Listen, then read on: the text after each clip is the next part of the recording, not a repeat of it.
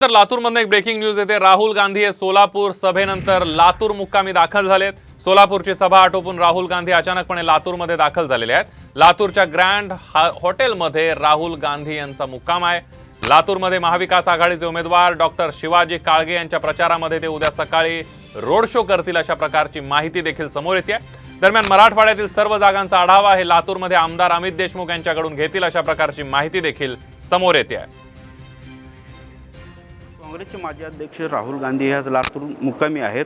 सोलापूरची सभा उरकल्यानंतर ते सध्या लातूरच्या ग्रँड हॉटेल या ठिकाणी मुक्कामी आहेत। लातूर विमानतळावरून उड्डाणाची सोय नसल्याकारणाने राहुल गांधी आज लातूरच्या ग्रँड हॉटेलवरती मुक्कामी आहेत। आपण जर पाहिलं तर पोलीस प्रशासनाकडून देखील मोठी तयारी करण्यात आली आहे। स्वतः अमित देशमुख आणि धीरज देशमुख या ठिकाणी जे आहेत त्यांच्या स्वागतासाठी उपस्थित होते आणि त्यानंतर राहुल गांधी जे आहेत ते लातूरच्या ग्रँड हॉटेलवरती मुक्कामी आहेत। उद्या लातूरचे उमेदवार डॉक्टर शिवाजी काळगे यांच्या प्रचारात ते लातूरचा रोड शो करतील अशा प्रकारची देखील माहिती जी आहे ती समोर येते।